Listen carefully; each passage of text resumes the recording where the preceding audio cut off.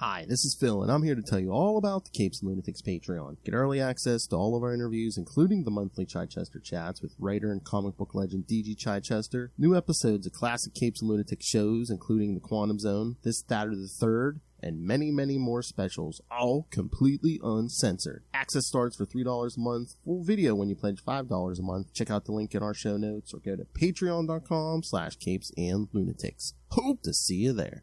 Oh, you ready for a whole bunch of timey-wimey crap, kids?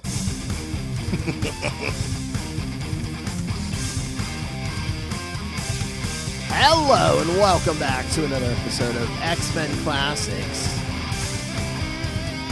Oh, your spot for everything that has an X in it. All right, I am Phil. Right. I am Phil. Joining me, as always. Oh, jeez, I got your harpoon right here. Justin the Owl, release the hounds.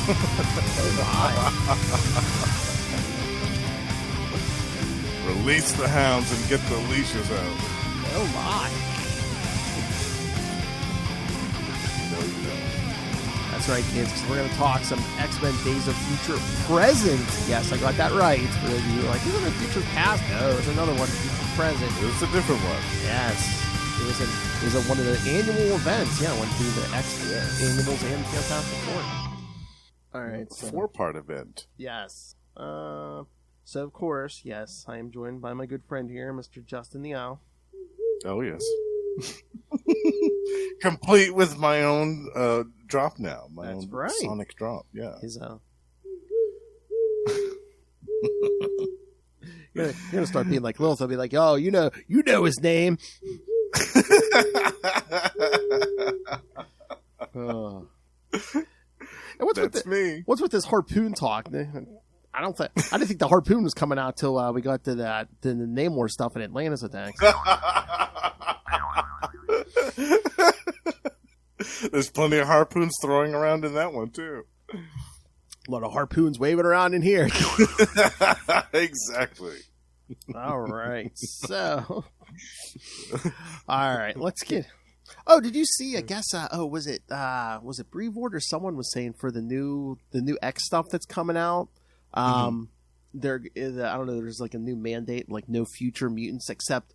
I guess Rachel Summers is the only exception because she's in a relationship with Betsy. Yeah, she's already firmly established. But I guess we're not going to see much of Cable for a while, or Bishop, or it's like, okay. I was surprised about Cable and Bishop. Mm-hmm. I thought that he would have made an exception for like Rachel, Cable, and Bishop. Mm-hmm. But wow, yeah, I don't see it lasting long. No, God, no. Probably 6 months. Have you read the first new X-Men issue? I did read the X-Men issue. That was good. Phoenix came out this week. I thought that was good. Oh, yes. I want to read that too. Yeah. That looks interesting. It is. I like the premise of that, of Jean Grey out in space doing stuff. I think that's fantastic. Oh, yeah. It looks like, they're setting up some good stuff there. Awesome. That's cool. Yeah, I'm going to check that one out too. All right. So, but I love it's like, no future mutants. What we're trying to like simplify the X books for people. Oh, that ship sailed decades ago.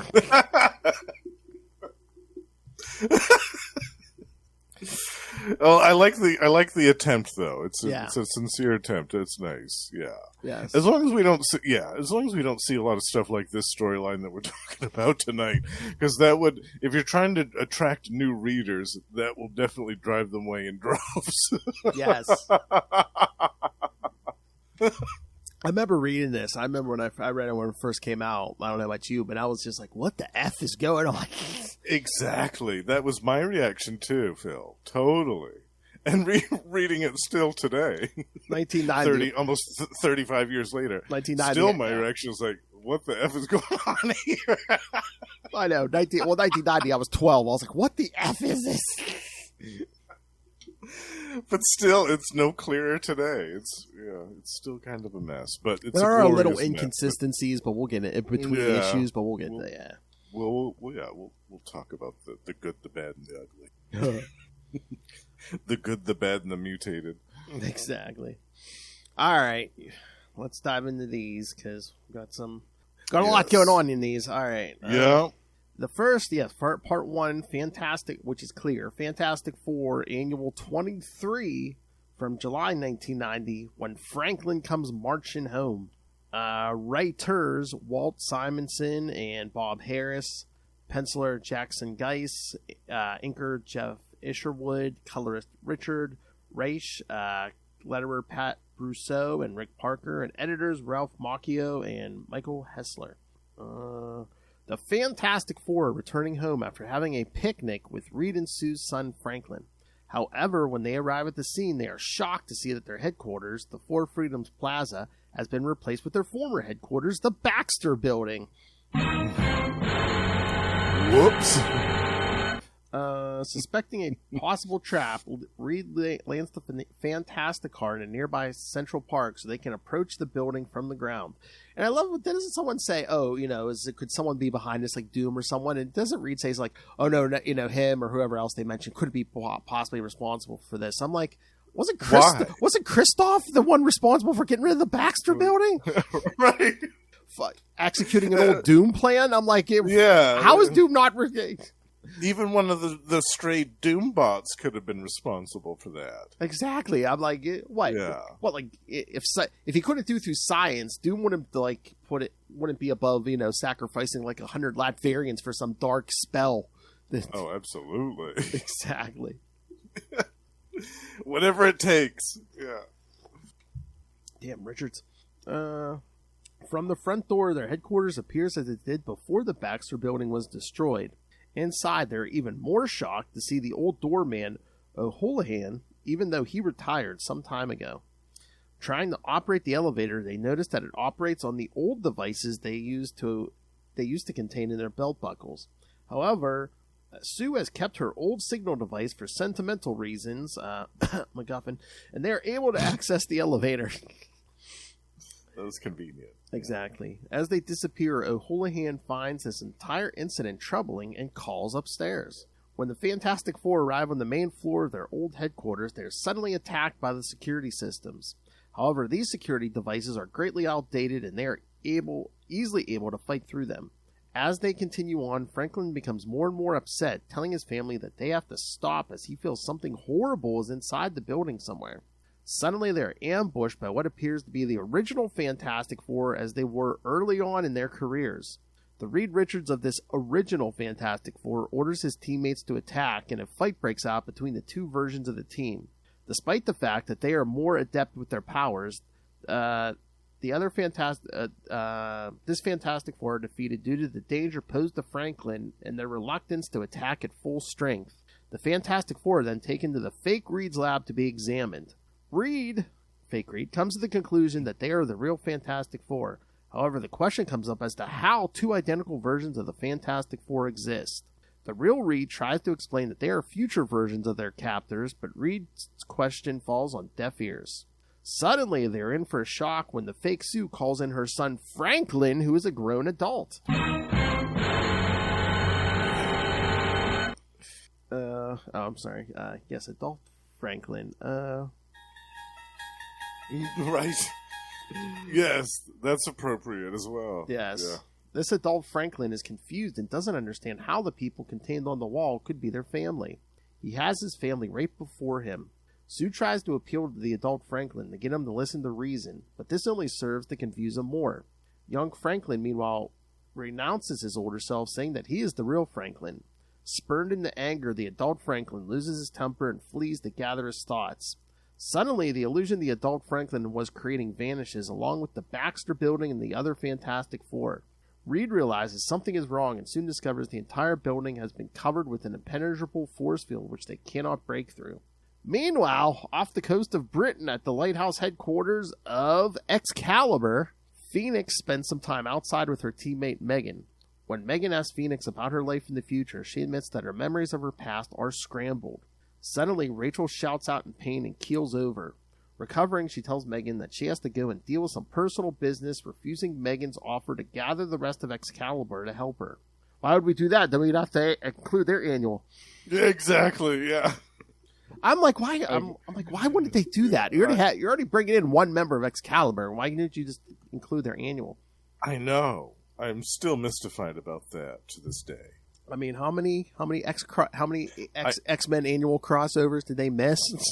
I can only surmise that they were trying to keep Nightcrawler and Kitty Pryde separate from the rest of the X-people for a while, because they thought that they were dead or something. I don't know. Maybe it was like, if they came in... Yeah. Because Chris Claremont was writing both. He was writing Uncanny X-Men and Excalibur. So the decision had to be deliberate to keep them separate that way. Because this was a few months before Extinction Agenda, so maybe that was the whole thing. It's like, if those two had come in at this point, they just would have rejoined the X-Men when X-Factor came back and stuff. Right. That's the only thing that I can think of. Because they weren't seen anywhere in this. Nightcrawler or Shadowcat were nowhere to be seen in any of this stuff. No. But I mean, after this is over, wouldn't Rachel go back and be like, "Oh, hey, guys, Storm's alive. At least Storm's alive." And Forge and Banshee, I talked with them, and I just, I don't understand it. I don't get it. I know. I would have loved to have seen Excalibur involved with this. Captain Britain flying in and punching Ahab in the face. It would have been fantastic. Exactly. This is a missed opportunity in that regard, as far as all. Yeah, but that's okay. It's still a good story, but I feel like it could have been better with the addition of Excalibur. Oh yeah. Meanwhile, X-Men members Forge and Banshee, pretty much the reserves here, are in New York City enjoying the sights when suddenly they are confronted by the adult Franklin Richards. Franklin recognizes them as his old teachers, but suddenly loses his temper again when he notices that they are much younger than he remembers and takes off again. Realizing who they were talking to, Forge suggests that they go to Four Freedoms Plaza. Meanwhile, in the distant future, the being known as Ahab is awoken by his computers as they have located where Franklin Richards has escaped to. Seeing that he appeared in the modern age at the Four Freedoms Plaza, Ahab orders his minions to prepare for a time jump. Back in New York City, Franklin is hiding out with his old friends, the Power family, and is passing time by playing hide and seek with them. Meanwhile, the Fantastic Four are examining the situation, and Reed has come to the conclusion that this adult version of Franklin must be some kind of manifestation of Franklin's dormant mutant powers. He decides that the only way to protect their son is to remove his mind blocks and unlock his full mutant potential. While down below on the streets, Banshee and Forge notice the force field around the Four Freedoms Plaza. They try to use their abilities to pierce it, but to no avail. Suddenly, as Reed is conducting tests on Franklin, a time portal opens inside the building and they are attacked by an army of futuristic drones. The act of warping into the present breaks the force field. Sue manages to gather them up and toss them outside the building where they harmlessly explode. With the force field down, Banshee flies himself and Forge up to the hole in the building to see what is going on. After they explain their encounter with the adult Franklin, Sharon realizes that the man they are seeking is only seeking the comforts of his childhood.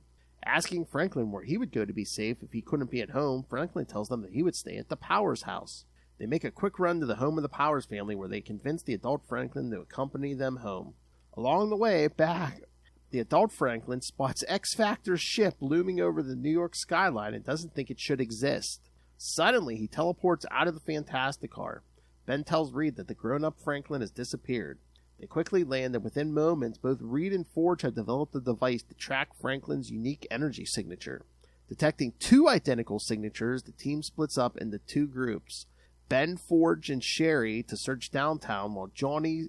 Oh, no, it's saying... Johnny goes with Ben, because it's saying he goes with Reed. No, Sue, Reed, and Banshee investigate elsewhere. With Reed's device, Ben and his group follow Franklin's energy signature towards X-Factor's ship. Okay, see, here it is. This is what it should say. This story is continued simultaneously in the New Mutants Annual and the X-Factor Annual. Yes! They're both part 2. I know. Although, like I said, New Mutants is kind of more part 2 because, again, Reed and the others join back up with everyone at the end of the X-Factor Annual. Yeah. Yes, definitely. It makes more sense in the grander scheme of the story. Yeah. It's so funny. All right, thoughts, Justin, before we get to the backups, and we are getting to these backups on this. Oh, yes, definitely, yeah. I enjoyed this. The art, I don't know, I like Jackson Geist, but I don't know if Jeff Isherwood was the best choice for inker for him, because their styles, I don't think, go too great together.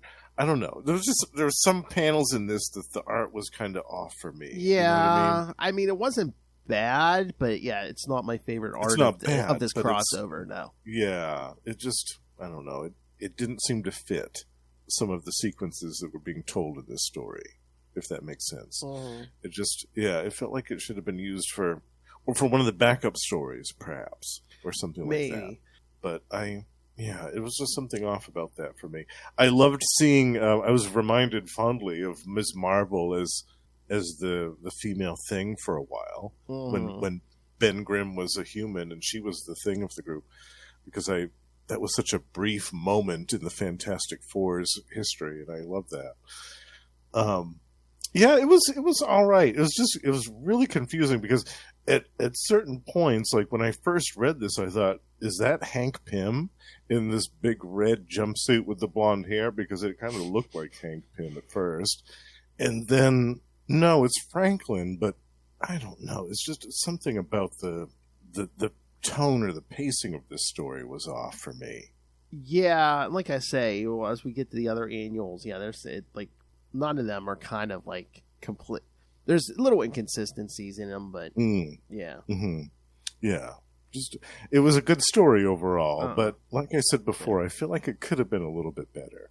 And then that one almost splash page where they're like strapped to the wall by the old Fantastic Four. Oh, it almost reminds me of like a Kirby page or something. Definitely, yeah. Because like this art kind of almost worked for me for like the old Fantastic Four if they wanted an old timey-wimey look. That's what they should have did. They should have had a different artist do the rest of the story and then had this team do just like the sequence where the old Fantastic Four was interacting with them to make it look like all of a sudden we've like phased back to an old issue or something. Right. Yeah. In one of these annuals, actually, there's two artists. Yeah. I think there's Terry Shoemaker and then Chris Wozniak did the other half. So they could have done that here too. They could have had Jackson Geiss and Jeff Isherwood do this sequence with the old Fantastic Four. And I think that would have been a lot more effective. Yeah. And I don't think it helps getting people's hopes up because the cover is a John Byrne cover. Right. Yeah. Yeah. Burn. Yeah. You see that cover and you're like, oh, here we go. Oh, John Byrne. Yeah.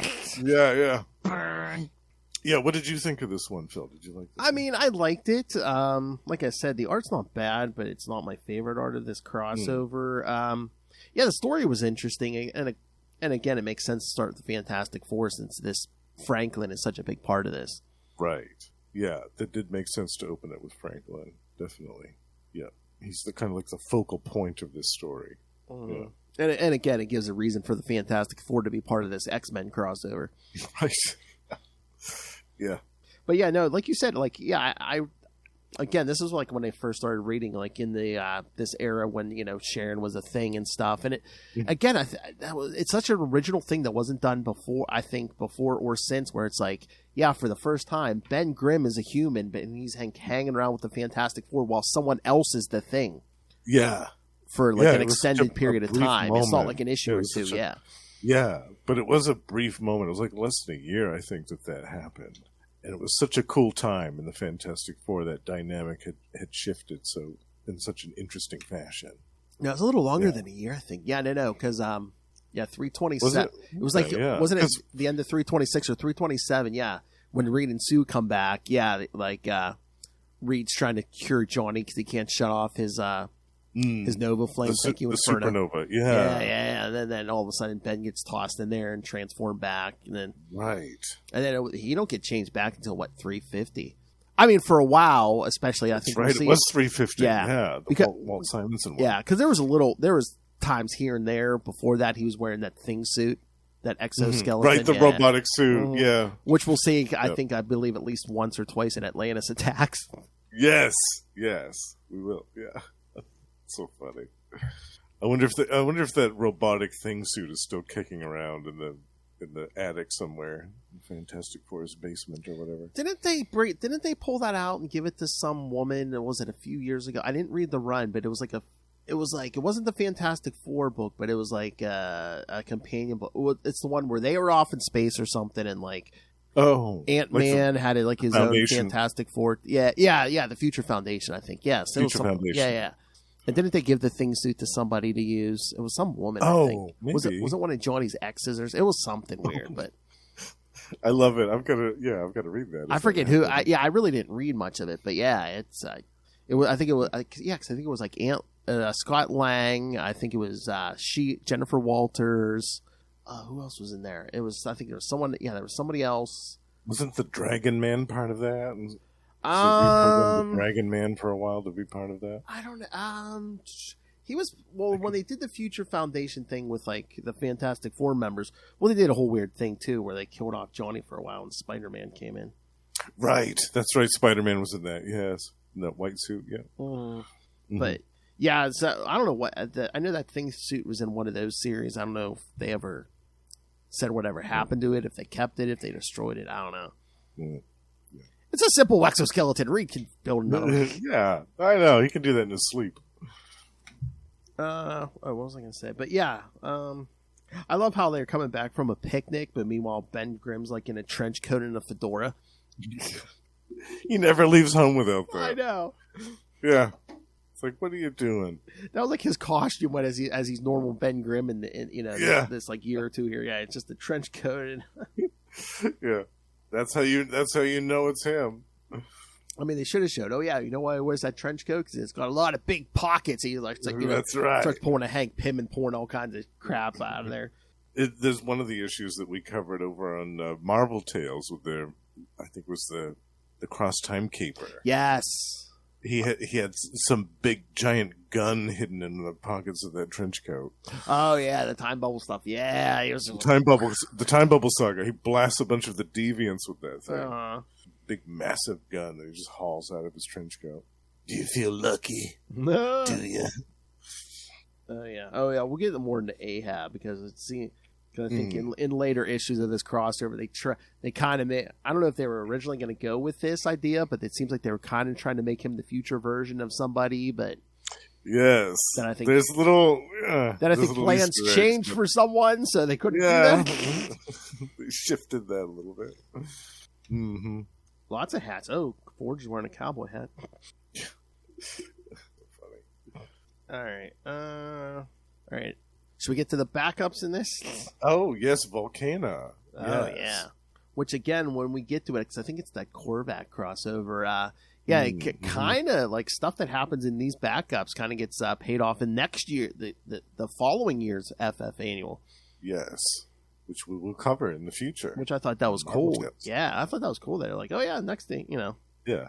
Follow up on next year. All right. Yes. The next story is Cast in Fire, Carved in Stone. Is it not giving me the... Oh, wait. I got to go up to get the creative team on that one. Yeah. That one is written by James Brock, penciler and inker Mark McKenna, colorist Brad Van Cotta, letterer John Morelli, and editors Ralph Macchio and Michael Hessler. All right. Somewhere in New York City, Dr. Doom accesses his computers and pulls up his files on Marcia Rosenberg, a.k.a. Volcana. He pulls up her history, recalling how during the Secret Wars he endowed Marcia and Skeeter McFerrin with superpowers to bolster his supervillain army, and how she developed a close relationship with Owen Reese, a.k.a. the Molecule Man. The Molecule Man himself. The Molecule Man, yes! Yes! The most powerful being in the whole universe. More recently, Doom recalls how during a confrontation with the Shaper of Worlds, the Molecule Man and the Beyonder were merged together into a cosmic cube. Suspecting that Reese may have endowed her with a portion of his power before seemingly sacrificing himself, Doom decides that she requires further observation and has gone to investigate Volcana after receiving reports of her battle against the Wizard. In the aftermath of the battle with the Wizard, Volcana explains the battle with the police when she is informed that her friend Annie was trampled by a fleeing mob of people during the fight. Convincing the officer... Man... Well, girls named Annie have no luck in the Marvel universe because it's here, and then wasn't that Jean Grey's friend's name Annie? Who I think so. Yeah, that's bad. It's a curse. Man, treating them like some redheaded orphans, man. What's wrong with her? She has no pupils. Convincing the officer to give her a gas mask to conceal her identity, Marcia is driven to the local hospital to check on her friend. As Dr. Doom scans for energy readings outside, Marcia regrets ever letting her friend come to harm. Giving up on waiting for her friend, Marcia decides to leave, unaware that through a sheer force of will, she's causing all those injured at the hospital to suddenly be healed. One of those patients is Moonstone, who has been in a coma for some months.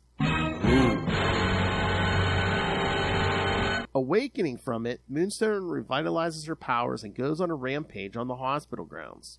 When the officer driving her stops to shoot at Moonstone, the villain retaliates, diving at the officer to push him out of the way, and Marcia is surprised when she suddenly turns into hard volcanic rock instead of the magma form she is more commonly used to. I thought that was so cool. Oh, yeah. Incapacitated by a blast, Volcana is unable to stop Moonstone from grabbing the officer and breaking his wrist. Volcana revives and frees the officer and continues her battle with Moonstone. Their battle takes them to a construction site. Although Moonstone has the upper hand, Marcia eventually prevails, defeating Moonstone and leaving her tied up in chains for the authorities. Marcia then flees the scene. Having seen enough, Dr. Doom returns to his hideout to go over his data and is convinced that Owen Reese must have given a portion of his power to Marcia and begins plotting how to claim it for himself. That's what he does. And a nice change of pace. Doom is trying to figure out how to steal someone's power. Imagine that, yeah. Yes. Yeah. What did you think of this one, Phil? I like this one, yeah, because, me too, this one, and I remember what comes next year. Yeah, I like these. Yeah. Yeah, I'm a big fan of Volcana, because I remember her from Secret Wars, yes. the first one, very fondly. I thought she was great. And I'll never forget, I think there was a sequence that made me fall in love with her.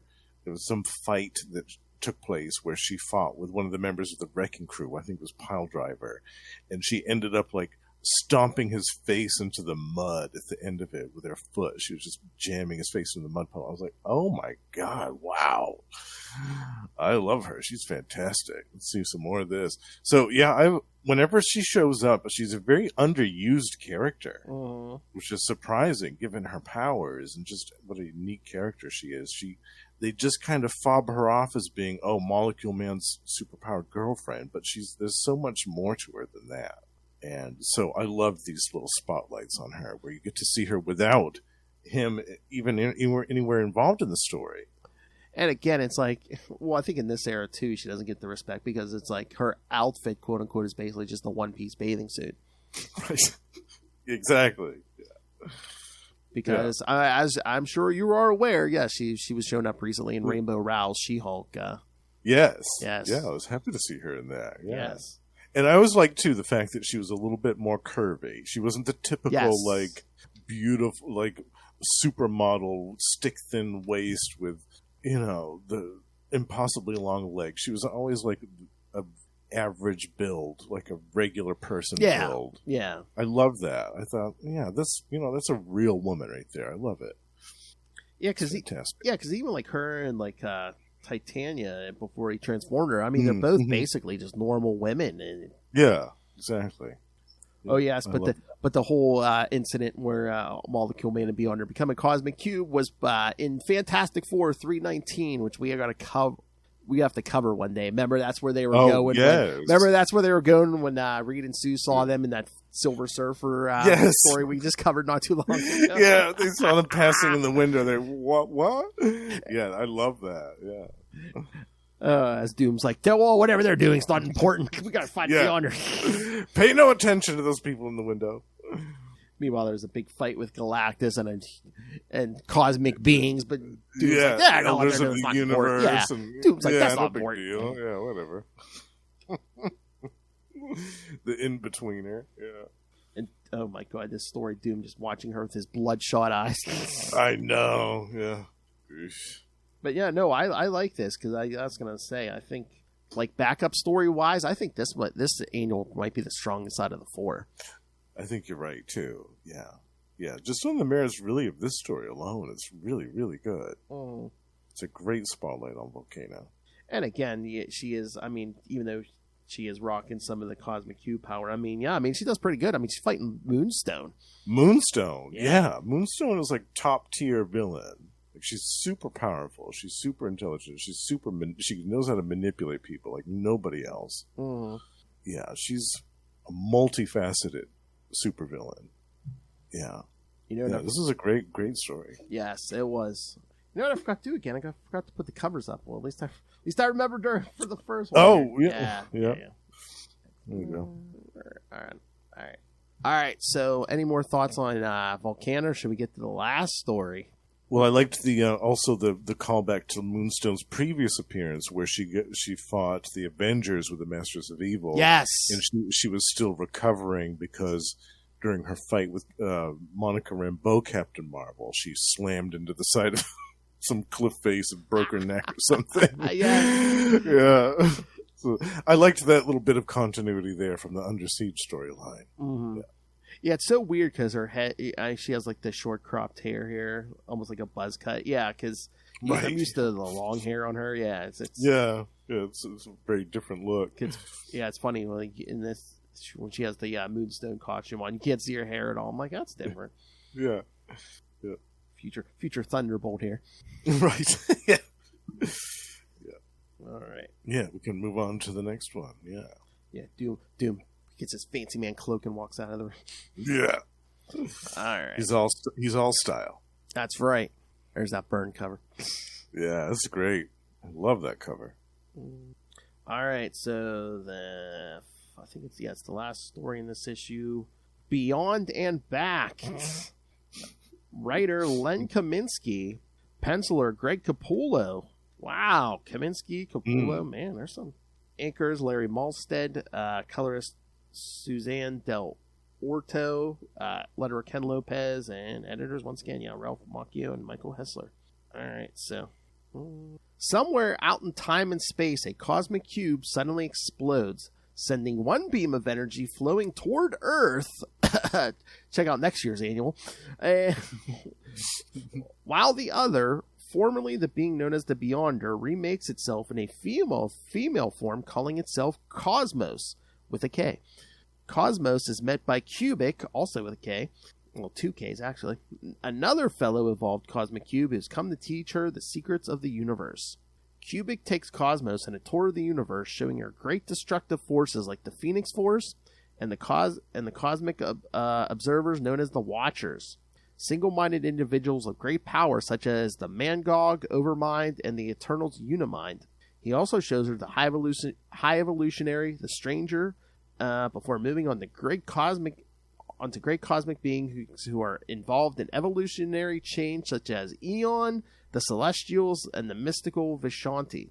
He then shows her the great evils of the universe: Mephisto, Despair, Dweller in Darkness, Shumagorath, Thanos, Satanish, and Chiton. But he reveals that everything serves a part of the embodiment of the universe, that is eternity. He then shows her the absolutes of the universe: Death, Master Order, and Lord Chaos, and their minion, the In-Betweener, as well as the Living Tribunal and Galactus, explaining that the universe is made up of many things, both big and small. All right. So, what you think? Pretty far out stuff, man. I know. It was a nice little tour of like cosmic Marvel. It's like, this one. Yeah. I love it because if you were new to Marvel Comics in 1990, like this was a perfect primer for all of the cosmic, like really high level cosmic stuff. Mm-hmm. And I feel like the Fantastic Four is a good place for a story like this. You could have had it in the Silver Surfer annual or something too, and it would work just as well. But yeah, having it here is great because there was a story right around this time involving these two, if I remember right, in the Fantastic Four title. It was a fill-in issue. It was issue 351 because it kind of like interrupted. Yeah, and they kind of test the Fantastic Four. Yeah, that one. Yeah, it was like a fill-in, but yeah, it was good. Yeah. So this is kind of like the precursor to that story, I guess. Yeah, if we ever need like a one-and-done Fantastic Four, that's where she go. Yeah, that's a cool one. Yeah, this is cool. I always like these really high-level, far-out cosmic stories. And listing all of the entities like the Overmind and the Unimind and the Stranger and all that. It's cool. Yeah, I love it. It's like a who's who of the super powerful galactic echelon in Marvel. Oh, see, I wasn't sure about where Marsha was battling the wizard, but Marvel Comics Presents 88. Oh, okay. So cool. Mm-hmm. We'll have to do like a Volcana on Volcana week or something on Marvel Tales sometime. Do a bunch of Volcana stories. Yeah, we'll dedicate a month to Lost Library of Legends so we can mention it every 2 seconds. Yeah, that's right. Maybe we'll do like underserved characters. Yes. Yes. We'll do a crossover. Okay, and I don't want to say Doom was overplayed at this point, but Dr. Doom appears here between Mutant Misadventures of Cloak and Dagger 13 and Impossible Man Summer Vacation #1. Impossible Man? Impossible Man Summer Vacation #1. I don't remember that at all. Neither do I. Yeah, he's a busy guy, that Victor. He's all over the place. Mm-hmm. Yeah. Oh, okay. Because I'm always going to say, I'm like, what happened to Cosmos? The Beyonder has remade himself into the female form of Cosmos starting in this story. The Beyonder remains in this form until it is killed in Annihilation Silver Surfer #3. Oh, wow. Yeah. I wonder what happened there. I don't know. When was this? Because that was in 2006. So yeah. Okay. So Cosmos hung around for like 16 years. Okay. That's pretty. Yeah. Interesting. Yeah, because was it Bendis or something? There was some story where I swear like the Beyonder was back or something, and I don't know. I thought so too. So maybe.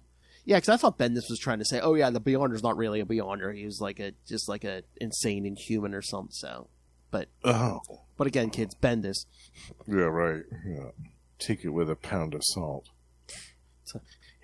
It's a Bendis story. I'll tell you where you're getting pounded too. Yeah. Oops! Did I say that out loud?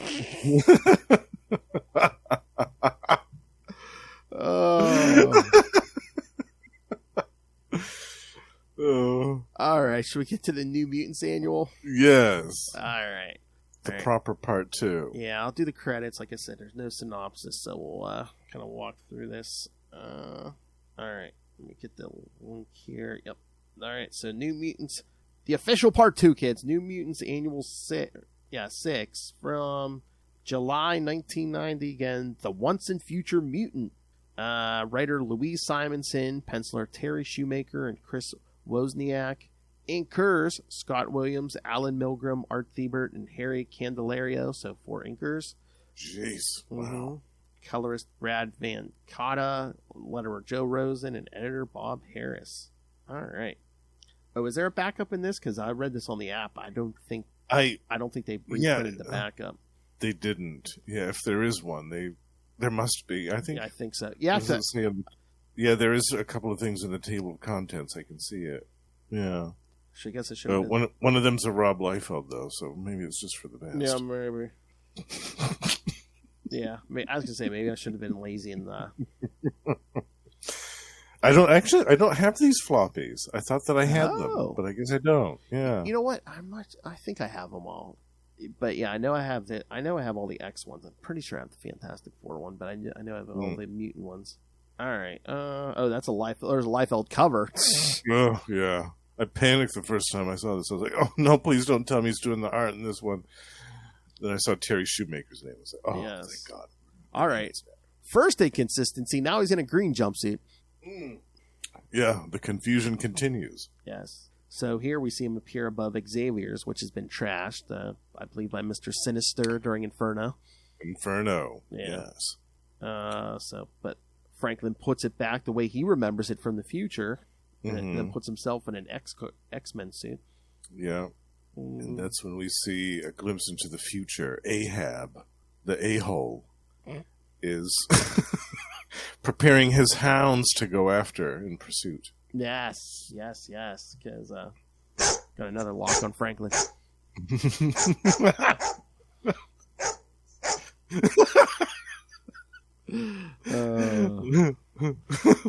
All right. So, boy, look at that scar above his eye. That glowing. Yeah. Then I wonder what that could mean. I don't know. So then we see the X-Men, the New Mutants working out in the Danger Room. New Mutants, yeah. And Warlock is still around. I'm happy because the last time we talked about him, he had just died.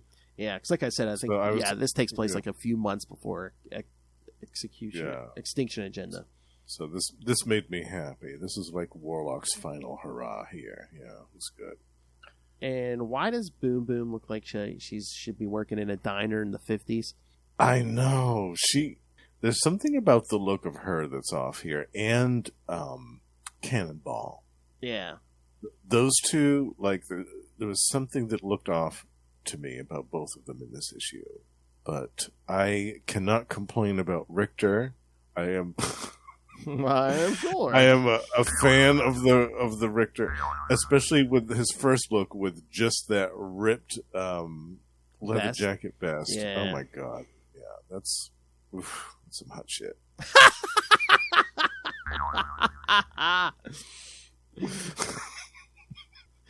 Wow, Justin, don't hold back. Tell us how you really feel. Scream it! You'll always get the truth from me, folks. My favorite biscuit.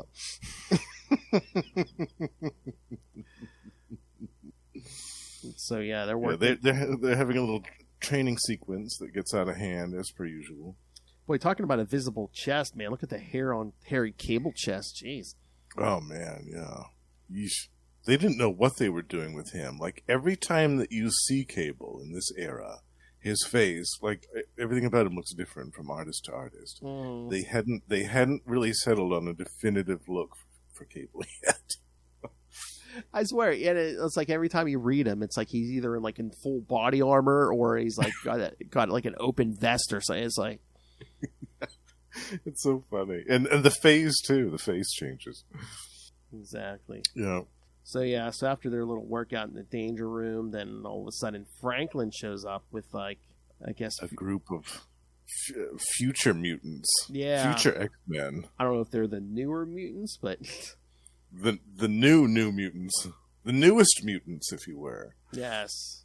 I like the fact that there's a teleporter named Blue, who seems to be an obvious relation to Nightcrawler, but she can teleport whole groups of people instead of just herself. And Rachel Summers is in there. Looks like. Yeah. And Blue's like, oh, some of them look like the new mutants from the old photos, but the costumes are wrong, and some of them are dead. Oh. I'm assuming that's just because they come from the future, like a possible future. The whole some of them are dead. But I mean, this is, boy, in a few months that line's really going to pay off with Warlock. Yeah. Oh, poor Warlock. Jeez. Yeah. Oh, and then a version of Doug Ramsey. Doug Ramsey, called the Megas. Yeah, he'd been bonded with the techno-organic virus, with the Phalanx. Yeah. And Cannonball's like freaking out. He's like, why are you doing this, Cable? That's cruel. Doug's dead. And Cable's like, no, this isn't part of this. This isn't part of the scenario. No, they're real. He's cruel, but he's not that cruel. He's not going to play mind games with them like that. Yeah. Parading their dead friends in front of him. Yikes. So he's like trapped in the control room trying to get out, and then the two groups fight breaks out. Yep. Yeah. Richter goes nuts. He's keep away from her, monster. So this is great. This battle is excellent. Cable blows a hole in the wall and then tells them this way, and then they come across someone who's supposed to be like an older Banshee. Got the beard, got the eye patch. Yeah. Long hair. Yeah. I was listening. Is he missing a hand too? Oh, he is. Yeah, he's got a cyborg hand. Yeah. But they're like, "Oh, Banshee, what happened to you?" And then the future mutants show up, and fight continues. Yeah. And Cable's face changes again. I love Cable shows up, and the old Banshee goes, "Cable, what are you doing here, man? I thought you were in Match Report." He's like, "Look again, I'm not the Cable you think I am." I'm part of this. Yeah. His face looks different in every different appearance. It's so funny. But then it turns out, all these future mutants are basically part of Franklin's future or dream cells. Yep, his power is making them actually substantially real. Oh yeah, because I guess at some future date, Franklin was a student here, or will be a student here. But they even look outside, and it looks like a dystopian future. Yeah. But no, even Phantom Banshee's like, no, don't hurt your friends. You mustn't harm them. Mm-hmm. That kind of breaks the illusion. Yeah. He's a little bit of a freak out. It's as if we were talking to a ghost who wouldn't accept dying. Oh. Pretty accurate. Yeah, I was going to say, accurate they kind of summary call of events. Part 2, they already kind of call it out. Yeah, basically. That's when Reed, Sue, and young Banshee come swooping in with Franklin. Young Franklin. Right. Yeah, this timeline's Franklin. This is when the Fantastic Four first meet Cable, I guess. Mm-hmm. And then they're attacked by the Hound and a bunch of the robots that have been dispatched from the future. And young Franklin seems pretty tired. Yeah. All right, inconsistency at least number 2. Sue stopped on the way up to Westchester to get a haircut. Oh, yes, that's true. Yeah. Maybe there was something in the Fantastic car she used on the way over. Maybe, yeah. It's like, you know what? I need to go into battle with a fresh cut. Let's do this real quick on the way. Then one of the Hounds grabs young Franklin, but then Wolfsbane tries to save him, and she kind of gets shocked. Yeah, she gets blasted. Yeah, and it breaks her ribs too. They say later. Yeah, she took a really hard blast there from that dude. I can't remember what his name is. The Hound in this issue. I think he had a name, but I don't recall it. Yeah, I'm trying to remember, but he basically gives them the info dump on Ahab and everything. Yeah, at the very end, yeah, because Richter hits him with such a powerful seismic blast that it kind of shakes the control, like the mind programming that Ahab did to him. And so he just kind of info dumps like all of this stuff in the space of one panel. Basically. And then Ahab shows up and lances him with a harpoon. Betrayer, you have revealed too much. Oh, yeah, the first thing he shows up, dog of a hound. Yeah. So, yeah, basically vaporizes him with that harpoon. Yeah. For which Richter blames himself. Yeah. So. It wouldn't be a New Mutants issue without some angst. Exactly. And again, and then, they all decide to, join up with everyone else in Manhattan. So they all take. But again, it's weird here because, basically Cable says they're all going, even Wolfsbane, and Reed's like, do you think that's why she's injured? And Cable's like, I'm not going to leave her here by herself, because she's injured. And what if Ahab or old Franklin come back or anything? Comes back, right. But then meanwhile, I don't think we see her after this issue. I don't think so either. Even in that even in the last part where like pretty much everyone's together, I don't think we see her again. Yeah. If she's there, she's just in the background. Yeah. It's weird. Yeah. And here's where the art changes too. Yes. In the sequence. Yeah. Yeah, because then they take off, and Franklin goes to the American Museum of Natural History, and I guess he just like recreating a scene he had or a day with Rachel here. Rachel, yeah. Yep. The Sentinel attacks and blasts him, accompanied by another Hound from the future. Yeah, they're basically like, he seems impervious. What's going on? Yeah. But then, Reed, Sue, and the New Mutant, and Banshee and the New Mutants show up. And another fight breaks out. Yeah. And then one of the Hounds this time blasts Richter, and he's like, our master Ahab is wise. He has shown us the way to deal with you and all your kind. And then Cable lashes out, die, back devil spawn, die. He shoots him with his machine gun. I know, it looks like he's got a Gatling gun. Yeah. He's not messing around. And then the adult Franklin has another freak out. Yeah. Massive freak out. Basically says his parents, the New Mutants, Hounds will track them down, Sentinels will destroy them unless... he says, once a fair house happy. Father, don't say don't. Always don't. My power's dangerous. My power's bad. But Father, don't you see? They deserve to die. But yeah, it basically just blows all the Sentinels away. And wipes them out. Yeah. The massive psionic blast. Yeah. And then, like, young Franklin's all freaked out. He's horrified. Yeah. He's like, Mommy, you killed them all. Because he's like, they were innocent before they got turned into Hounds. And the adult Franklin notices this. Yeah, because young Franklin's like, you're bad, I'm bad. Yeah. And he goes over to him and essentially shuts off the young Franklin's powers. Like, deactivates them. Which in turn puts him into a coma. Oops. And basically, like old Franklin saying, that future will never come to pass, and we will be destroyed. And he's like, you mean Freed's like, Franklin's powers could have saved us at some future juncture, and now they'll never develop? But, yeah, Cannonball's like, we saw you in the future leading the New Mutants. He's like, a dream, a memory of a future that will never be. But yeah, here, old Franklin says, without, young Franklin's cooperation, without his belief in himself, I cannot change what we did together. The mind locks were double set, you see, by Franklin Old and Franklin New. All our will has gone into setting them. He will never have powers now. I never did have powers. Then we just see Ahab in the future laughing. Yeah. But yeah. The ultimate evil. So, yeah, Franklin's alive and breathing, but he won't wake up. Yeah. And of course, on that last page, Richter's talking the Sunspot. Of course, he has to mention, have any of you noticed how much Cable looks like Ahab? Yes.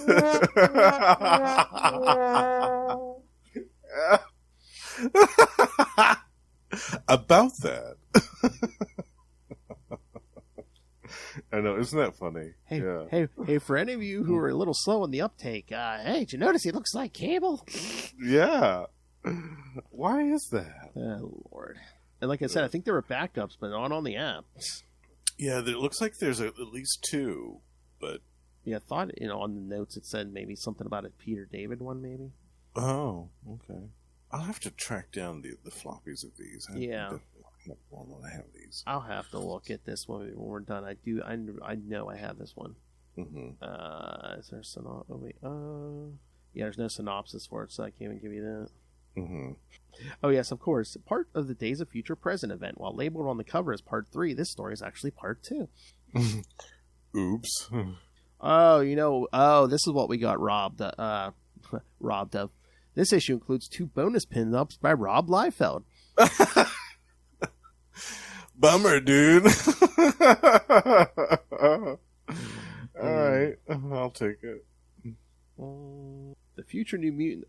One of the future New Mutants. One of their members was not named in the story itself. He was retroactively identified as Cudgel years later in Official Handbook of the Marvel Universe A to Z number Cudgel. 3. Kudgel. Yeah. Okay, Cudgel. Okay. Because I guess one of the Rob Liefeld pinups was it says a glimpse into the future. Oh, okay. So they're saying, technically, kind of, this is the first appearance of Shatterstar because he's in that pinup. I see. All right. Which they must have changed course on some of this because a lot of these people in this pinup didn't make it to X-Force. Yes. Like it must have been early. Wolfsbane was there. Warlock is in this pinup. We know he didn't make it. Yeah. Looks like Magic because you got the sword and stuff. So. Oh, interesting. Yeah. So might have changed. Must have been early on. And there's no Domino, but there's a blonde. There's a blonde there. Oh, wow. We never saw her. Yeah. With impossibly long legs. And a stick waist. Remember what I was saying earlier about impossible proportions? Yeah. Is that a mutant power? The only fat in your body goes to your chest?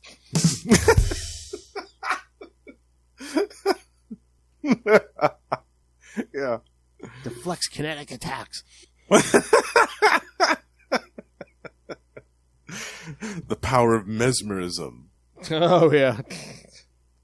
All right. So should we get to the X Factor annual? Yes. Yeah. Told you these had a lot of story in them, kids. All right. There we go. Look at that Ahab. Yeah. All right. Oh, man. Part 3, X Factor Annual 5, again from July 1990. Acts of Faith, Days of Future Present Part 3. Writer Louise Simonson, penciler John Bogdanov, inker Al Milgrom, colorist Brad Vancata, letterer Joe Rosen, and editors David B. Schwartz, Susan Gaffney, and Bob Harris. X Factor is playing Jai Alaya. I guess that thing where they had the things on their hands, but I don't know what it's talking about. Yeah, Jai Alaya. Yeah, right. Yeah. And Scott and Jean bicker. A grown-up Franklin flies over New York City and decides that ship doesn't belong there. He dematerializes it. The Fantastic Four explain that they were attacked by Franklin and call on X-Factor for help. Rachel attacks Franklin and is repelled. Jean meets her and refuses to believe that she is her daughter. Sentinels attack Franklin atop the Chrysler building, and X-Factor and the Fantastic Four destroy them. Ahab uses his harpoon to turn Rachel back into his hound, but fails. He and his hounds battle X-Factor and the Fantastic Four and the New Mutants beneath the Statue of Liberty Torch. Statue of Liberty. Torch and Bobby destroy Ahab's portal and reveal his machinery, which Scott destroys. Ahab and his hounds are immediately sucked to their own time. Franklin reappears and tells Scott that his son will be a powerful mutant, but he should never have been born, so he takes him away. Ooh. Oh, my Lord. I mean... Can you imagine? Are you looking at that panel of Scott at the end? I know, it looks like he was like shriveling up or something. I was like, I remember the first time I was reading it, I'm like, what did he do to him? I'm like, did he suck all the moisture out of his body? What the hell happened? Cause I swear his face looked half skeletal. He's like, I know, it looked like he was like decomposing. Then he just hits the ground. It looks like he hit the ground and was just twitching like, Yeah. What did he do to him? Oh, you know what? The perfect title for this issue would have been, since Franklin makes the ship disappear, Ship Happens. Yeah, Ship Happens. Yeah. I was bummed about that. I loved that big ship. I know, it comes back, that though. Was so cool. I'm trying to remember, did they put it back in this crossover? But it does come back. I know it comes back, but I feel like it wasn't around long enough. I love that. Well, yeah, kind of like their last, like towards the end of the original team's run, they blow it up. But yeah, I was bummed to see it go. I know. Yeah, I thought it was so cool. Such a cool concept for them just to have this big old alien ship to tool around it. Well, I was going to say, doesn't it come back later? Is it part of does Cable do something with? Isn't that? That Gray Malkin thing. Yeah.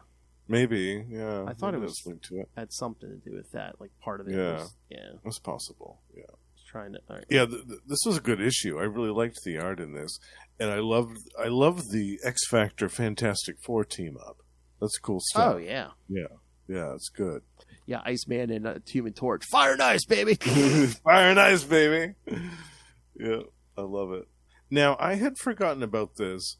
I thought that Rachel Summers and Jean Grey had already met before this, and that they had already had this discussion about, Jean, you're my mom. Like, I thought that had already happened before this. I don't know. But yeah, I guess not. I guess, yeah, because again, by the time she came back, were they already in England, maybe, or? Well, I thought that it happened during the Uncanny X-Men stuff, maybe. Oh, yeah, I don't know. Like a couple years prior to this, before the whole X-Men in Australia, the whole Death of the X-Men, Fall of the Mutant stuff. I feel like it happened then. Maybe during the, was it the Alpha Flight and X-Men crossover? Oh, I don't know. I feel like they had that conversation then.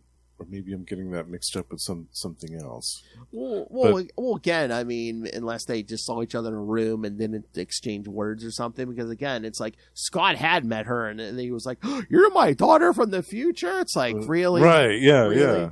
We were on a team together, dude. Yeah. A redhead telekinetic from the future. I wonder whose kid you could be. Yeah. Exactly, yeah. Using the Phoenix Force, no less. Right? Yes. Yeah, I know. It's so funny. But yeah, I guess I was wrong about that, I guess. I thought that they had that conversation in a previous issue a couple years prior to this, but I was wrong. I know that in an Excalibur issue later on, they have a much better conversation. Like they've moved past this initial stuff. Because Jean is not receptive to this at all. She's very much like, holy, I can't handle this. Well, yeah, that's why whole she's bickering with Scott, because again, she has Madeline Pryor's memories now and stuff from the Phoenix, so she feels like she's not in control of her own destiny. That everything's already preordained for her. Yeah. All right. Maybe that's what I was thinking about. Maybe it was Rachel and Madeline Pryor that met. Oh, maybe that's possible. Yeah. Two things. Okay, in some of these X Factor issues, like including this one, I'm not complaining, but it seems like they give Jean Grey some booty, man. They do. Yeah, she's filling out that X Factor. I swear, yeah. This era of X Factor, I swear, yeah. Yeah. I don't know if it's just John's art, but yeah, man. Jean Grey always gets... Well, he does, he does give the women some booty. He does, yeah. Booty looks good all the time. He also gives the men some great-looking pecs, so it's all good for everybody, all around. Again, these 90s makeovers. Yeah. All right. He did that shirtless Cyclops in that Extinction issue. Oh, yeah. That's good stuff, yeah. And not to get too dark, but when the ship disappears and Cyclops' sun starts plummeting towards the ground, and Archangel has to fly real quick and catch him. I'm like, had he hit the ground, how much crap would have went? How much temporal crap would have went down? It would have been like, wait a minute, where'd Cable go? What? Who's Cable? I know. If Archangel had missed, there would have been so much stuff that happened. They wouldn't have been able to handle it all. Would have been a new, the original Age of Apocalypse would have been like, wait a minute, timeline just all changes. That could have been its own what if issue. Oh yeah. Because again, X Factor faced enough menaces that should be a what. That'd be a dark what if. But yeah, what if he'd been killed as a baby before he went to the future? Yeah, right. Yeah, this was good. Yeah. I liked this one. And again, I guess we're trying to whittle down the numbers for that final part because, again, Iceman and Archangel get hurt in this one like Wolfsbane was in the last one. So they're kind of going to be out of it. That makes sense. I mean, Archangel kind of has like a hole through... That harpoon went through him. It went literally through his body, yes. Front to back. Yeah, and at one point, Beast thinks he's dead. Like, he flies into a rage. He killed him. Yeah. He looks really beastie there, when he grabs Ahab. Yeah, I love John Bogdanovich's Beast. I think he looks so great in this issue. Yeah. And that panel of Iceman and the Human Torch using their powers together, great. It's so awesome. Oh, yeah. I love it. But Frank, that's a team-up that needs to happen more. Johnny Storm and Bobby Drake. Oh, yeah. And not just for my fanfics. Oh, my. But yeah, kids, I should have pulled this to show on the screen. But that Cyclops, that always gets me. Yeah, look at him. He's like, he looks like he's dying. It looks like he's 100. It's just his face like. I love it. It's so funny. All right. But yeah, anything else? Hold on. Do I have a synopsis? Again, there's no backup stories on the app. Oh yeah, they didn't have this. But they're. Okay. I don't even see a table of contents, so it doesn't list what. Oh, there was a Peter David story in this one. Oh, okay. It was tribute the first. Jean lays flowers at Phoenix's grave, which is marked with her own name. Oh, interesting. Yeah. And then she must meet some woman, who tells her about how she was a rich Jewish girl who had been sent to Nazi concentration camp. Feel-good story. Okay. Oh, nice. Yeah. She was allowed to live because she could dance ballet for the commandant. She moved to America, married Sam, and was rejected by her aunt for marrying outside their faith. She is an example to Jean of how to have many lives and yet remain true to yourself. Mm-hmm. So yeah, speaking of weirdness, yes, Jean was laying flowers on a grave that had her name on it. Yeah. Where's that Twilight Zone music from? Oh, yeah.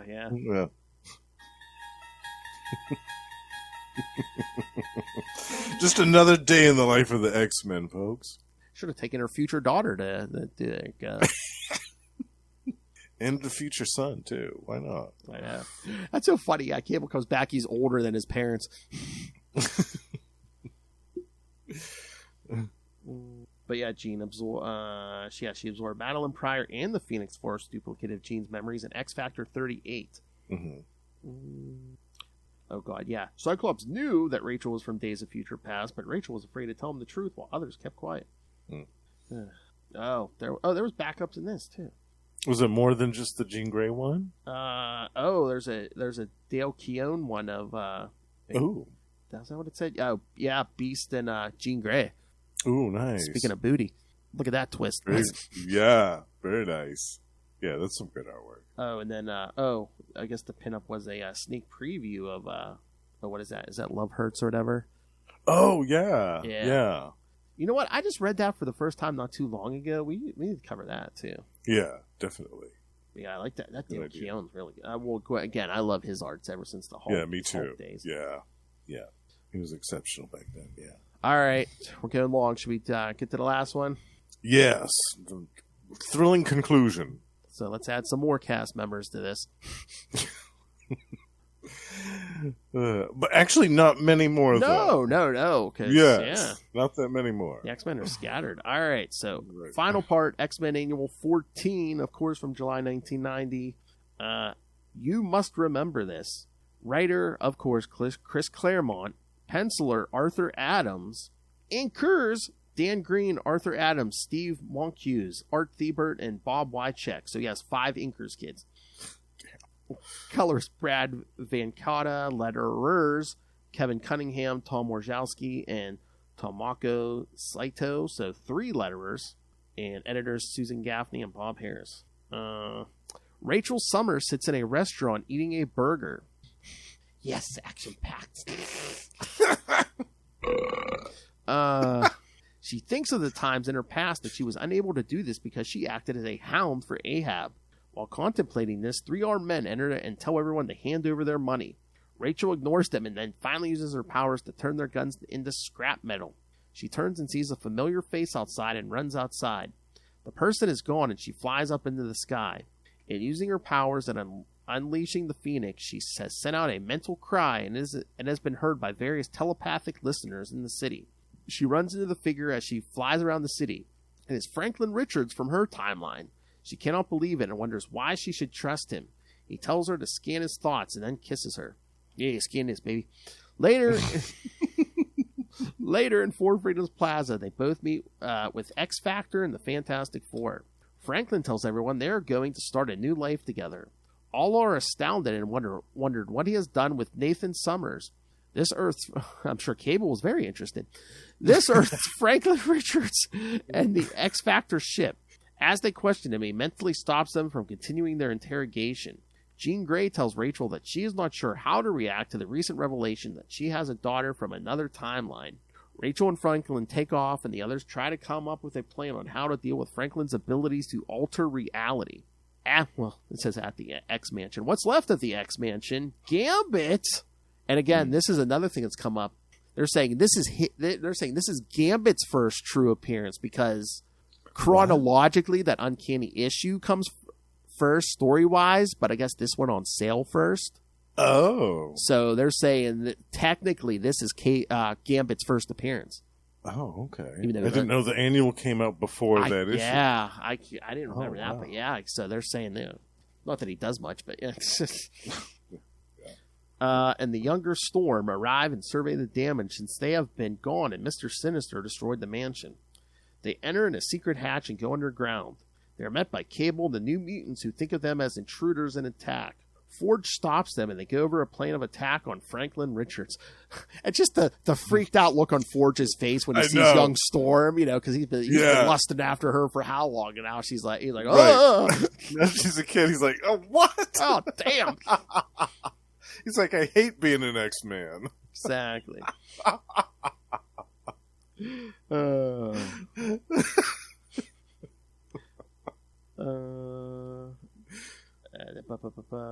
Forge. They meet Cable New Mutants. Forge stops them, and they go over and plan an attack on Franklin Richards. Back at Four Freedoms Plaza, Sue and Cyclops talk alone upstairs. While they are talking about Jean Grey's induction into X Factor, suddenly Sentinels appear and zap them from behind. Ahab stands over them with eyes glaring.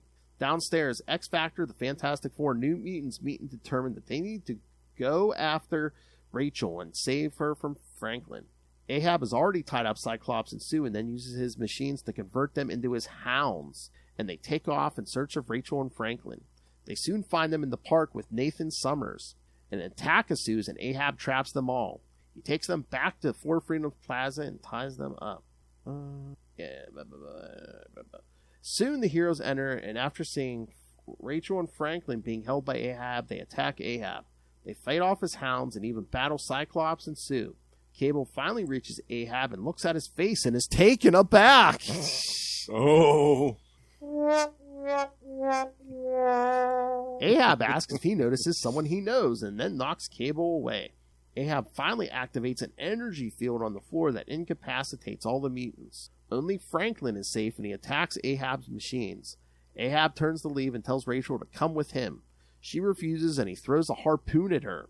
Jean Grey tries to stop it and cannot. She then jumps in front of the weapon and takes a hit to the chest. Ahab tells them he will be back and then vanishes. The team regains their composure and uses the machines around them to heal their wounds. Franklin realizes that he is just a memory that little Franklin has made, and that is why Franklin is in a coma while he exists. What's more than that, wasn't it? Yeah, from Days of Future Past when he gets zapped by that Sentinel, like with his dying act, he like sends his dream self back in time. Yeah, exactly. He picks up Franklin and steps into one of the machines, and Phoenix suddenly regains her powers as Franklin disappears. Little Franklin finally wakes up from his coma. They all figure out that all that has happened during Franklin's adventures and all reverts back to normal. Rachel suddenly is in her hound outfit and fears that she did not change the future and takes off, crying. Everyone says their goodbyes. Later, Jean Grey finally realizes that Rachel is family. Yeah, because that damn crystal. All right. Thoughts? I love this one. I mean, anything with Arthur Adams artwork. Yes. I'm automatically happy with it, regardless of what it is. And I felt like overall, this was a satisfying conclusion. Yeah. It had kind of, I wouldn't say a resolution to the stuff with Jean and Rachel, but it did have, it did flesh that out a little bit more. Mm-hmm. I will say that overall, I thought that the romance between Franklin and Rachel was kind of weird. Maybe because there wasn't really a precursor to it that I remember from any of the other stuff. Yeah. And then it just seemed kind of shoehorned in so that there could be some type of way to tie this stuff all together. Yeah. It just never seemed genuine to me, this romance. Yeah, and then like the X Factor annual, it seems like she doesn't remember him really, but then she all of a sudden shows up at the beginning of this one, and she's like, "Oh, hey, lover boy," you know. It's like, yeah, exactly, yeah, and she's calling Scrapper and stuff. Like, I just unless weird. It's because his dream self was kind of like powering himself off the Phoenix Force, unless that had something to do with it. Maybe, yeah, it's possible. Oh, hey, the robbers that robbed the diner in the beginning. Did you recognize them? No. What? They are drawn to resemble Clarence Broaddicker and his gang from the 1987 film RoboCop. Oh. Actually, now that you mention it, yeah, I do see it now. Okay. Wow, that's funny. Yeah, I just saw that. Yeah, and I liked how the scene when Phoenix was kind of sending out the psychic call, and you saw Spider-Man and Doctor Strange, but you also saw just some regular people that probably had telepathic powers or some type of heightened senses. And I like that when you just have the regular people that you don't know. Oh, what's that? I could feel something weird in my head. Yeah, that's cool. I like this because, yeah, like we said, there wasn't really an X-Men team at the time. Yeah. Really, I think that Forge and Banshee and a couple of other people on Muir Island were the only ones kind of keeping the flame burning, so to speak, because the school was destroyed, as we saw. A lot of them thought that most of the X-Men were dead or vanished, disappeared. I mean, I applaud their restraint that they didn't feel the need to force Wolverine back in during the next story because there was too much going on. Although he is in the backup story, right? Yeah, but I appreciated that too. The fact that they left him out of it. Yeah, but that backup is so weird. It's Wolverine, Jubilee, and Psylocke in Madripoor, and all of a sudden Franklin and Rachel just appear and like start having basically Rachel and Wolverine start basically having this discussion about, I don't know, killing and stuff. It's so weird. Just random. Yeah. I guess they felt the need. They had to have Wolverine somewhere, and it had to make a tie-in, which I don't know why it was a backup story. Well, I don't even see the need to tie them into it. That's what I'm saying. It could have just had a Madripoor adventure. It had nothing to do with Rachel or Franklin. There's an unlimited amount of stories that they could have done in Madripoor. With the three of them, totally. Yeah, they didn't need to tie this into this main story. And half the backup story just seemed like an excuse to like tell you history of the X-Men. It was basically like, when Chuck Xavier started the X-Men, yeah. Exactly. It was a stroll down memory lane. Yeah. I don't understand it. Again, like I said, unless they felt the need to shoehorn him, Wolverine in somewhere. Yeah, well, I guess. It's weird. But we did get some great pinups in this one, too, from Kevin Nowlan. Yes. And Michael Golden, which was a alternative cover to the annual. So cool. I was surprised. Yeah, the first time I read this, I was surprised that Sue and Cyclops were transformed into the Hounds. Mm-hmm. I thought, oh, wow, I wasn't expecting to see that happening. Out of all the characters to be transformed, I wasn't expecting those two. Exactly. Yeah. Well, I guess it's a way for both the X Factor and Fantastic Four to be emotionally invested. Right. Exactly. Oh, but Rachel says something that's her Aunt Sarah told her something that occurred in a Bizarre Adventures 27 that it was an incident with a certain friend of ours, Atuma. It's not a tumor.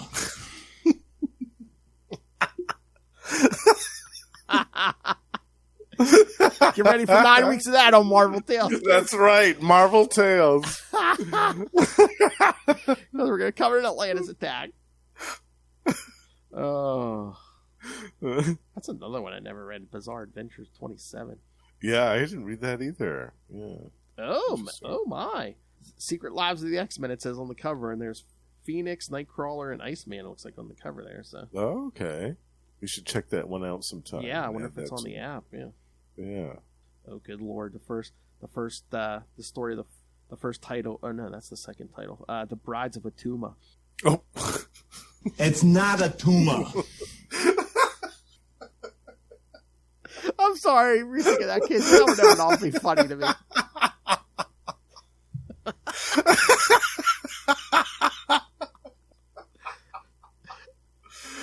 Oh, I love it. Mr. Schwarzenegger. We're gonna have so much fun. Mr. Schwarzenegger, do you have a favorite Marvel character? It's not a tumor.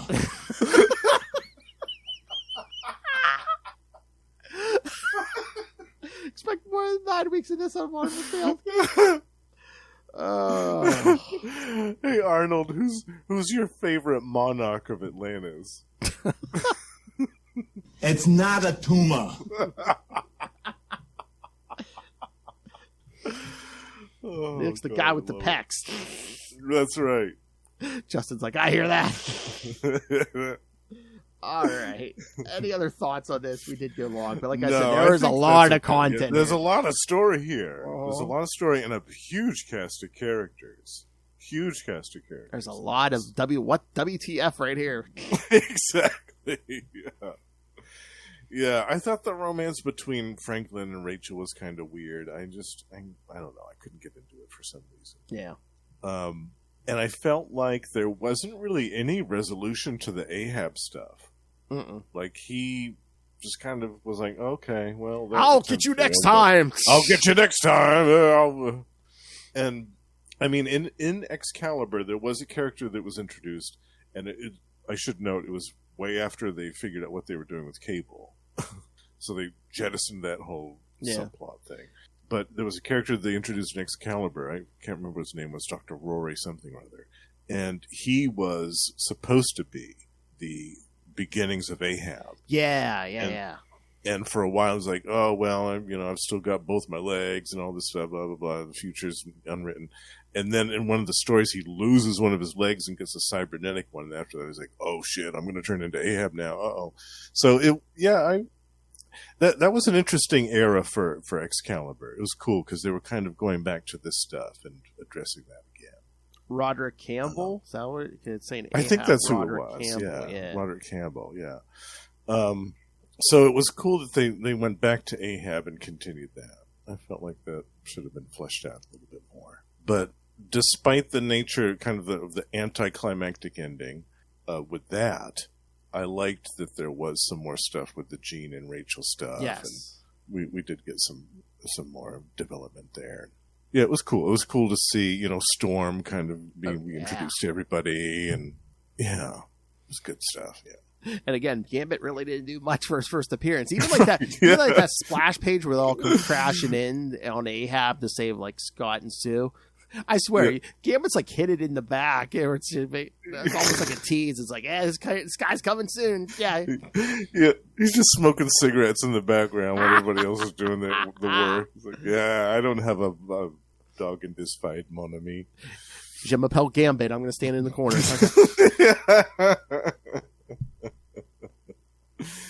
Exactly. All right. Anything else? I think that was a good summation of days of future present. Yes, and that's a nice segue because next month, we're going to deal more with the future as we cover the first 4 issues of X-Men 2099. That's right. Yeah. One of my personal favorites. Yeah, I I want to get into that because I haven't read a ton of that, so yeah. How much have you read? Probably just a few here and there. I might have read the first one. It's been a while since I even read them, so what I did read, I love it. It's a great series. Yeah, what I remember is good, but yeah, like I said, I've only read a few, and the ones I did read are so long ago. Well, going on 30 years now since it came out. Yeah. One thing I do remember, it was better than Hulk 2099. Oh, God. That's not a high bar, admittedly, but yeah, you're right. Yeah. That's like, how's that smell? Well, it smells better than dog shit.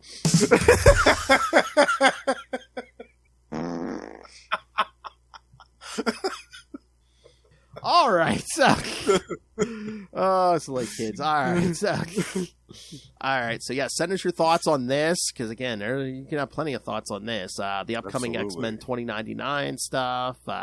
Send us requests. Maybe we'll get to it in 2026. All right. That's true. You never know. That's right. Send us your thoughts. Email us CapesandLunatics at. I put the wrong one up. That's okay. The information's the same. CapesandLunatics@gmail.com or call the voicemail 614-382-2737. That's 614-38-CAPES. That should be the blue one, but it don't matter. You can find all things Capes and Lunatics, episodes, social media, merchandise. Get your new Capes and Lunatics merchandise. Get your classic Capes and Lunatics merchandise. And again, well, if Hellfire demands that you rain random money on us to the Cash App link. Make it rain. That's right. That's right. And so, yes, rain random money on us. Please pretend we're that metaphorical girl dancing in the club on the pole. Please rain the money on us so we can quit dancing and not get pulled into the future and turn into a hound, please. She looks like she's just working a stripper pole down at Divas. And, of course, the Patreon, where Lilith and I try to give you something different every month. Content exclusive only to the Patreon elite. That's right. Like this young man down here. Like myself. Join me in the Patreon elite. You get all the perks, all the uncensored Lilith Hellfire you could possibly want. Like this biscuit taste tester down here. That's right. All right. So, yes, you can find the Patreon at patreon.com/CapesandLunatics and find it all at tubespace.ao/CapesandLunatics Podcast Network. That's tubespace.ao/CapesandLunatics Podcast Network. More vicious and brutal than ever. All right. So, now we get to this Justin the Owl. You hear him at least once a month here on X-Men Classics. Every week on Marvel Tales with me, talking something new on Marvel. I can hear him once a month on Energon Universe with me and Russell, talking all the new Transformers and G.I. Joe content and Image. I can hear him at least once a month on We Are in the Night, the Batman podcast. Where you can hear him talk with me every month about Azrael. Justin, do you believe last night we were doing it before the Bat, and Lilith goes, "What are we doing for episode 200?" And I said, "How many times did I tell you Batman 89?" And she's like, "Don't blame me, it's the edibles." She did. Those edibles, I'll vouch for that. She must have some weapon. I know, but I think to have any effect on Lilith Hellfire, man, those things got to be like weaponized with some kind of radiation or something. All right. And again, you can hear Justin every so often on Electric Mullet, the Superman podcast, including his upcoming 3-episode arc for Exile. Exile, yeah. Excited. Yes. And of course, he does more podcasting besides X. He's the king of podcasting. So, Justin, tell us about these other fabulous shows you see on your screen. You can also find me, on these fabulous shows. You can find me on Gamma Charge with Russell. Every month we talk about Incredible Hulk and the Sensational She-Hulk. We have an interview coming out with David Papose, so check that out. And on Predator and Prey, we're joined by the High Priest of Khonshu, Ray. And right now, before the release of Predator vs. Black Panther later this year, we're talking about some classic Dark Horse Predator comics. And The Lost Library of Legends coming very soon. I will have a retrospective on a 1993 title from Image called Wildstar. We're going back to the 90s here, bitch. It's me, your old pal, the Owl. Yes. I love it. Double biscuits. I'm probably still laughing. Things in common, cannabis and comics and other things that starts with C. Classic. Oh, my. My favorite biscuit. All right, kids. In this episode, I believe this completely is justified. Well, that escalated quickly. Yes. There are a lot of things in this story that escalated quickly. Between the story and the two of us, things did escalate very quickly. Yes. It's not a tumor. He wasn't even in this story. I can't wait till we actually talk the story in a minute. All right, kid. There's your teaser to go listen to the 9-part Atlantis attacks on Marvel. See us over on Marvel too. All right. So, yes, thank you for joining us. Next time, more future talk with X-Men 2099, 1 through 4. Join us in the future. That's right.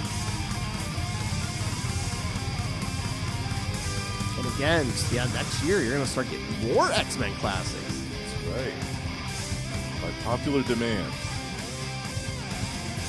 YouTube demanded it. Oh, did you see? We hit 500 subscribers on YouTube. That. Yes. Yeah. That's exciting.